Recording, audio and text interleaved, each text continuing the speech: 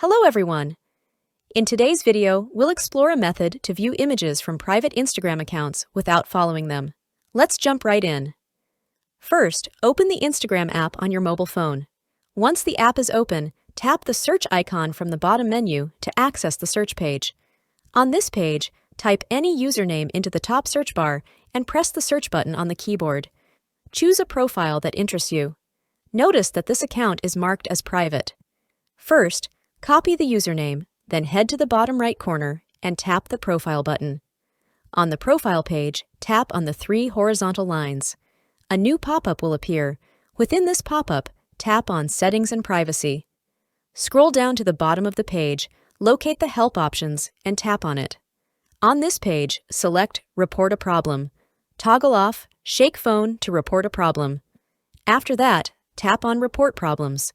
In the next step, tap on Include and Continue. Here, explain your problem to the Instagram team, and don't forget to mention the username of the private account. Tap Send on the top right corner. You're now connected with the Instagram team, expressing whether you wish to reveal that private account or not. And that's it. This is how you can view images from private Instagram accounts without following.